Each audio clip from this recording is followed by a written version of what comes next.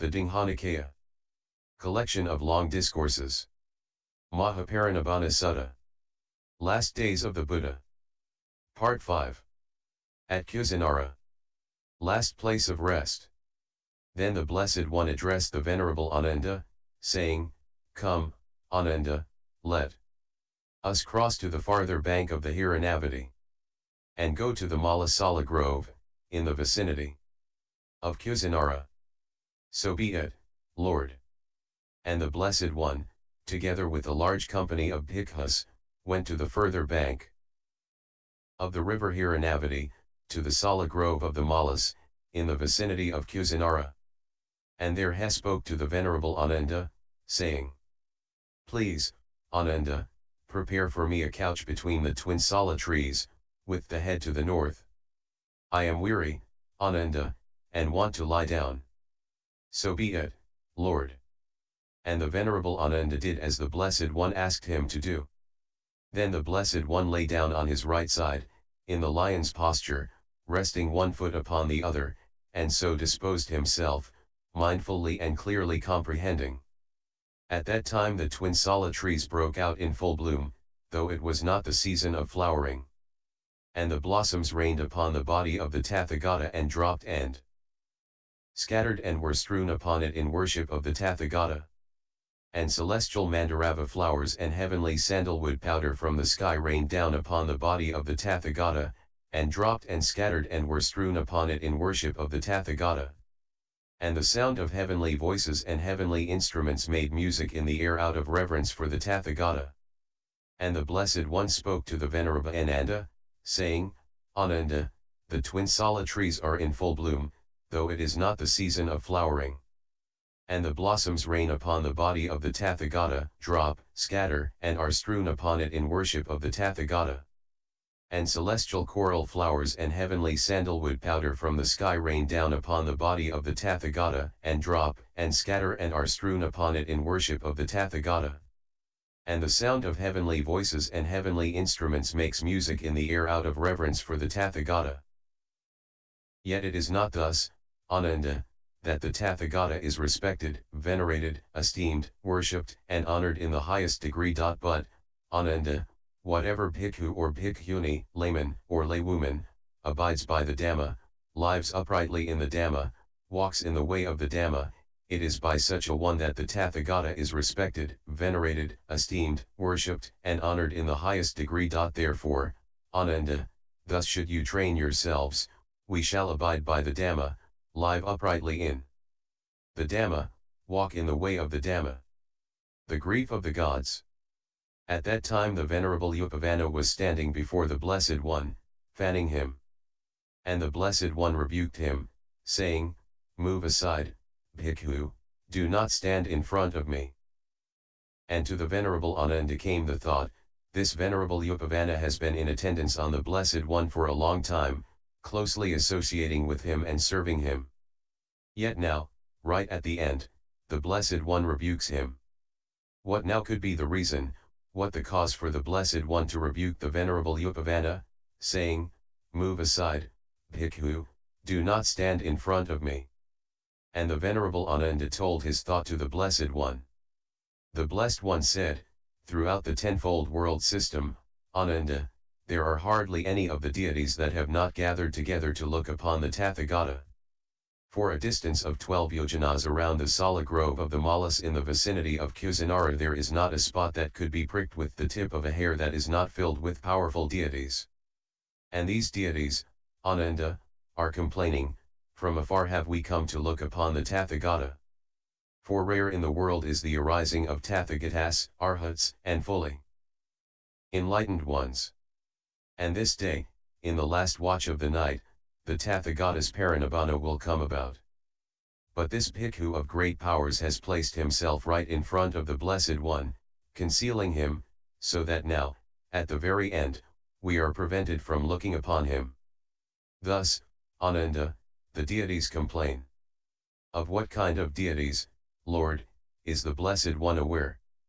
There are deities, Ananda, in space and on earth, who are earthly minded, with disheveled hair they weep, with uplifted arms they weep, flinging themselves on the ground, they roll from side to side, lamenting, too soon has the Blessed One come to his Parinibbāna.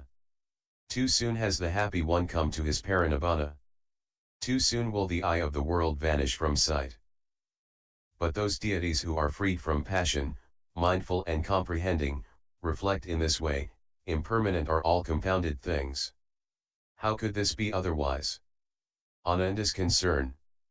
Formerly, Lord, on leaving their quarters after the rains, the bhikkhus would set forth to see the Tathagata, and to us there was the gain and benefit of receiving and associating with those very revered bhikkhus who came to have audience with the Blessed One and to wait upon him. But, Lord, after the Blessed One has gone, we shall no longer have that gain and benefit. 4 places of pilgrimage. There are 4 places, Ananda, that a pious person should visit and look upon with feelings of reverence. What are the 4? Here the Tathagata was born.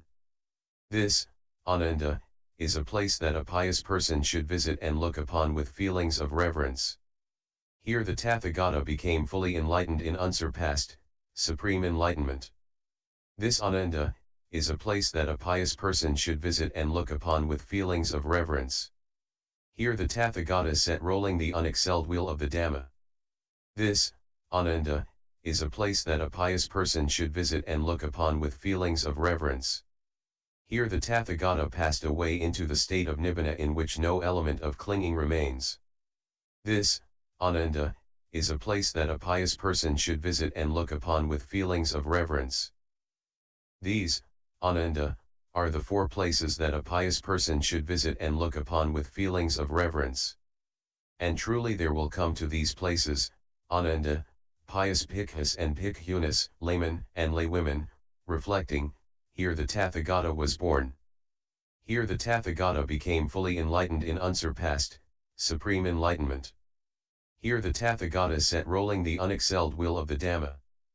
Here the Tathagata passed away into the state of Nibbana in which no element of clinging remains. And whoever, Ananda, should die on such a pilgrimage with his heart established in faith, at the breaking up of the body, after death, will be reborn in a realm of heavenly happiness. Then the Venerable Ananda said to the Blessed One, how, Lord, should we conduct ourselves towards women? Do not see them, Ananda. But, Lord, if we do see them, do not speak, Ananda. But, Lord, if they should speak to us, then, Ananda, you should establish mindfulness. Then the Venerable Ananda said, how should we act, Lord, respecting the body of the Tathagata? Do not hinder yourselves, Ananda, to honor the body of the Tathagata. Rather you should strive, Ananda, and be zealous on your own behalf, for your own good. Unflinchingly, ardently, and resolutely you should apply yourselves to your own good. For there are Ananda, wise nobles, wise Brahmins, and wise householders who are devoted to the Tathagata, and it is they who will render the honor to the body of the Tathagata. Then the Venerable Ananda said, but how, Lord, should they act respecting the body of the Tathagata? After the same manner, Ananda, as towards the body of a universal monarch. But how, Lord, do they act respecting the body of a universal monarch? The body of a universal monarch, Ananda, is first wrapped round with new linen, and then with teased cotton wool, and so it is done up to 500 layers of linen and 500 of cotton wool. When that is done, the body of the universal monarch is placed in an iron oil vessel, which is enclosed in another iron vessel. A funeral pyre is built of all kinds of perfumed woods, and so the body of the universal monarch is burned, and at a crossroads a stupa is raised for the universal monarch. So it is done, Ananda, with the body of a universal monarch. And even, Ananda, as with the body of a universal monarch, so should it be done with the body of the Tathagata, and at a crossroads also a stupa should be raised for the Tathagata. And whosoever shall bring to that place garlands or incense or sandal paste, or pay reverence, and whose mind becomes calm there, it will be to his well-being and happiness for a long time. There are 4 persons, Ananda, who are worthy of a stupa. Who are those four? A Tathagata, an Arhat, a fully enlightened one is worthy of a stupa, so also is a Pratyekabuddha, and a disciple of a Tathagata, and a universal monarch. And why, Ananda, is a Tathagata, an Arhat, a fully enlightened one worthy of a stupa, because, Ananda, at the thought, this is the stupa of that blessed one, Arhat, fully enlightened one, the hearts of many people will be calmed and made happy, and so calmed and with their minds established in faith therein, at the breaking up of the body, after death, they will be reborn in a realm of heavenly happiness. And so also at the thought, this is the stupa of that Pratyekabuddha, or this is the stupa of a disciple of that Tathagata, Arhat, fully enlightened one, or this is the stupa of that righteous monarch who ruled according to Dhamma. The hearts of many people are calmed and made happy, and so calmed and with their minds established in faith therein, at the breaking up of the body, after death, they will be reborn in a realm of heavenly happiness. And it is because of this, Ananda, that these four persons are worthy of a stupa. Ananda's grief. Then the Venerable Ananda went into the vihara and leaned against the doorpost and wept, I am still but a learner, and still have to strive for my own perfection. But, alas, my master, who was so compassionate towards me, is about to pass away. And the Blessed One spoke to the Bhikkhus saying, Where, Bhikkhus, is Ananda? The Venerable Ananda, Lord, has gone into the vihara and there stands leaning against the doorpost and weeping, I am still but a learner, and still have to strive for my own perfection. But, alas, my master, who was so compassionate towards me, is about to pass away.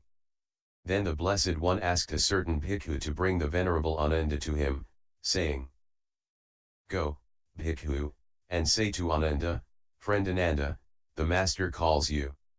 So be it, Lord. And that bhikkhu went and spoke to the Venerable Ananda as the Blessed One had asked him to. And the Venerable Ananda went to the Blessed One, bowed down to him, and sat down on one side. Then the Blessed One spoke to the Venerable Ananda, saying, Enough, Ananda. Do not grieve, do not lament. For have I not taught from the very beginning that with all that is dear and beloved there must be change, separation, and severance? Of that which is born, come into being, compounded, and subject to decay, how can one say, may it not come to dissolution? There can be no such state of things. Now for a long time, Ananda, you have served the Tathagata with loving kindness in deed, word, and thought, graciously, pleasantly, with a whole heart and beyond measure. Great good have you gathered, Ananda. Now you should put forth energy, and soon you too will be free from the taints. Praise of Ananda. Then the Blessed One addressed the Bhikkhus, saying, Bhikkhus, the Blessed Ones, Arhats, fully enlightened ones of times past also had excellent and devoted attendant Bhikkhus, such as I have in Ananda. And so also, Bhikkhus will the Blessed Ones, Arhats, and fully enlightened ones of times to come.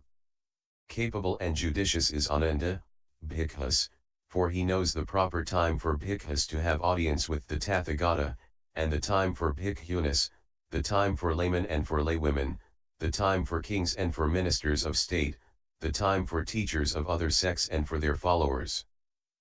In Ananda, Bhikkhus, are to be found four rare and superlative qualities. What are the four? If, Bhikkhus, a company of Bhikkhus should go to see Ananda, they become joyful on seeing him, and if he then speaks to them of the Dhamma, they are made joyful by his discourse, and when he becomes silent, they are disappointed. So it is also when Bhikkhunis, laymen, or lay women go to see Ananda, they become joyful on seeing him, and if he then speaks to them of the Dhamma, they are made joyful by his discourse, and when he becomes silent, they are disappointed. In a universal monarch, Bhikkhus, are to be found four rare and superlative qualities. What are those four? If, Bhikkhus, a company of nobles should go to see the universal monarch, they become joyful on seeing him, and if he then speaks, they are made joyful by his talk, and when he becomes silent, they are disappointed. So it is also when a company of Brahmins, of householders, or of ascetics goes to see a universal monarch. And in just the same way, bhikkhus, in Ananda are to be found these four rare and superlative qualities. The past glory of Kusinara. When this had been said, the Venerable Ananda spoke to the Blessed One, saying, "Let it not be, Lord, that the Blessed One should pass away in this mean place, this uncivilized township in the midst of the jungle, a mere outpost of the province. There are great cities, Lord, such as Kampa, Rajagaha, Savatya, Sakata, Kosumbi, and Benares. Let the Blessed One have his final passing away in one of those. For in those cities dwell many wealthy nobles and Brahmins and householders who are devotees of the Tathagata, and they will render due honor to the remains of the Tathagata. Do not say that, Ananda. Do not say, this mean place, this uncivilized township in the midst of the jungle, a mere outpost of the province. In times long past, Ananda, there was a king by the name of Mahasutasana, who was a universal monarch, a king of righteousness, a conqueror of the four quarters of the earth, whose realm was established in security, and who was endowed with the 7 jewels. And that king Mahasutasana Ananda, had his royal residence here at Kusinara, which was then called Kusavatai, and it extended 12 yojanas from east to west, and 7 from north to south. And mighty, Ananda, was Kusavatai, the capital, prosperous and well populated, much frequented by people, and abundantly provided with food. Just as the royal residence of the deities, Alakamanda, is mighty, prosperous, and well populated, much frequented by deities, and abundantly provided with food, so was the royal capital of Kusavatai. Kusavatai, Ananda, resounded unceasingly day and night with 10 sounds: the trumpeting of elephants, the neighing of horses, the rattling of chariots, the beating of drums and tabors, music and song, cheers, the clapping of hands, and cries of eat, drink, and be merry. Lamentation of the Mallas. Go now, Ananda, to Kusinara and announce to the Mallas, today, Vasetthas, in the last watch of the night, the Tathagata's Parinibbāna will take place. Approach, O Vasetthas, draw near.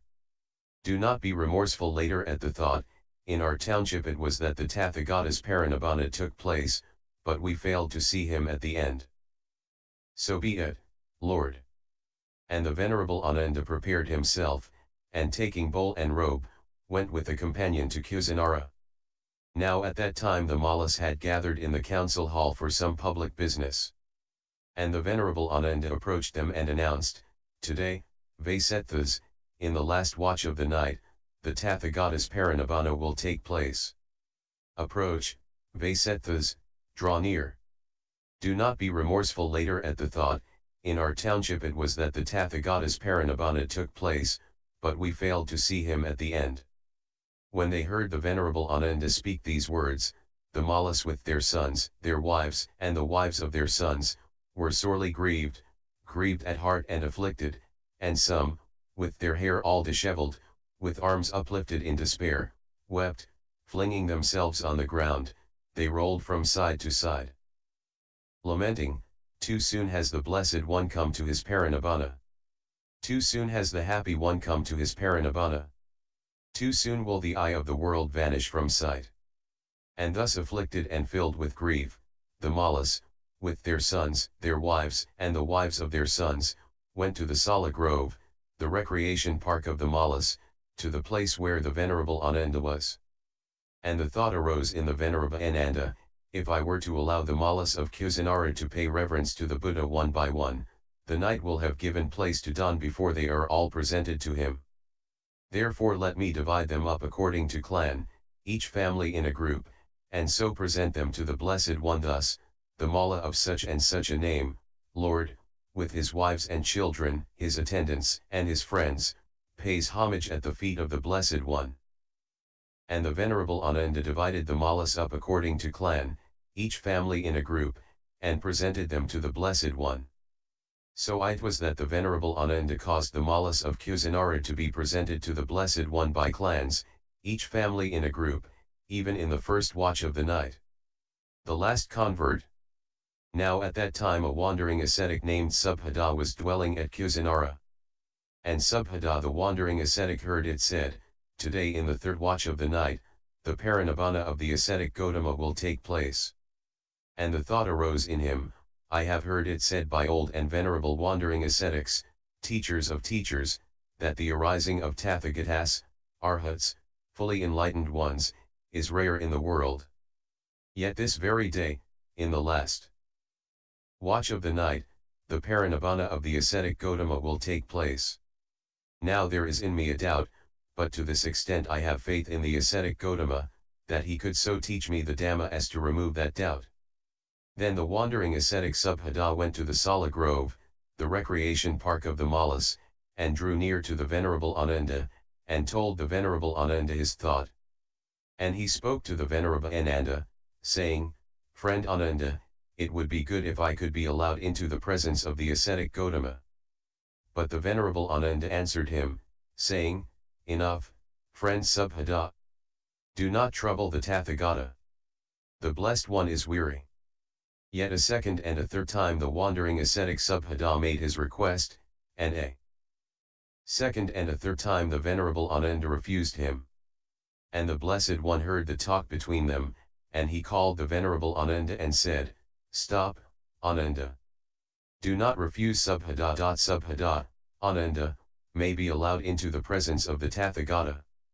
For whatever he will ask me, he will ask for the sake of knowledge, and not as an offense. And the answer I give him, that he will readily understand." Thereupon the Venerable Ananda said to the wandering ascetic Subhada, "Go then, friend." Subhada, the Blessed One gives you leave. Then the wandering ascetic Subhada approached the Blessed One and saluted him courteously. And having exchanged with him pleasant and civil greetings, the wandering ascetic Subhada seated himself at one side and addressed the Blessed One, saying, "There are, Venerable Gautama, ascetics and Brahmins who are heads of great companies of disciples, who have large retinues, who are leaders of schools, well known and renowned, and held in high esteem by the multitude, such teachers as Purnakasapa, Makhali Gosala, Ajitakasakambalai, Pakudhakakayana, Sanjayabalathaputta, Niganthanataputta. Have all of these attained realization, as each of them would have it believed, or has none of them, or is it that some have attained realization and others not? Enough, Subhada. Let it be as it may, whether all of them have attained realization, as each of them would have it believed, or whether none of them has, or whether some have attained realization and others not. I will teach you the Dhamma, Subhada, listen and heed it well, and I will speak. So be it, Lord." The lion's roar. And the Blessed One spoke, saying, "In whatsoever Dhamma and discipline, Subhada, there is not found the noble eightfold path, neither is there found a true ascetic of the first, second, third, or fourth degree of saintliness. But in whatsoever Dhamma and discipline there is found the noble eightfold path, there is found a true ascetic of the first, second, third, and fourth degrees of saintliness. Now in this Dhamma and discipline, Subhada, is found the noble eightfold path, and in it alone are also found true ascetics of the first, second, third, and fourth degrees of saintliness. Devoid of true ascetics are the systems of other teachers. But if, Subhada, the bhikkhus live righteously, the world will not be destitute of arhats. In age but 29 was I, Subhada, when I renounced the world to seek the good. 51 years have passed since then, Subhada. And in all that time a wanderer have I been. In the domain of virtue and of truth. And except therein, there is no saint of the first degree. And there is none of the second degree, nor of the third degree, nor of the fourth degree of saintliness. Devoid of true ascetics are the systems of other teachers. But if, Subhada, the bhikkhus live righteously, the world will not be destitute of arhats. When this was said, the wandering ascetic Subhada spoke to the Blessed One, saying, "Excellent, O Lord, most excellent, O Lord." It is as if, Lord, one were to set upright what had been overthrown, or to reveal what had been hidden, or to show the path to one who had gone astray, or to light a lamp in the darkness so that those with eyes might see. Even so has the Blessed One set forth the Dhamma in many ways. And so, O Lord, I take my refuge in the Blessed One, the Dhamma, and the community of bhikkhus. May I receive from the Blessed One admission to the order and also the higher ordination. Whoever, subhada, having been formerly a follower of another creed, wishes to receive admission and higher ordination in this Dhamma and discipline, remains on probation for a period of 4 months. At the end of those 4 months, if the bhikkhus are satisfied with him, they grant him admission and higher ordination as a bhikkhu. Yet in this matter I recognize differences of personalities. If, O Lord, whoever, having been formerly a follower of another creed, wishes to receive admission and higher ordination in this Dhamma and discipline, remains on probation for a period of 4 months, and at the end of those 4 months, if the bhikkhus are satisfied with him, they grant him admission and higher ordination as a bhikkhu, then I will remain on probation for a period of 4 years. And at the end of those 4 years, if the bhikkhus are satisfied with me, let them grant me admission and higher ordination as a bhikkhu. But the Blessed One called the Venerable Ananda and said to him, Ananda, let Subhada be given admission into the order. And the Venerable Ananda replied, so be it, Lord. Then the wandering ascetic Subhada said to the Venerable Ananda, it is a gain to you, friend Ananda, a blessing, that in the presence of the Master himself you have received the sprinkling of ordination as a disciple. So it came about that the wandering ascetic Subhada, in the presence of the Blessed One, received admission and higher ordination. And from the time of his ordination the Venerable Subhada remained alone, secluded, heedful, ardent, and resolute. And before long he attained to the goal for which a worthy man goes forth rightly from home to homelessness, the supreme goal of the holy life, and having by himself realized it with higher knowledge, he dwelt therein. He knew, destroyed is birth, the higher life is fulfilled, nothing more is to be done, and beyond this life nothing more remains. And the Venerable Subhada became yet another among the Arhats, and he was the last disciple converted by the Blessed One himself. Part 6,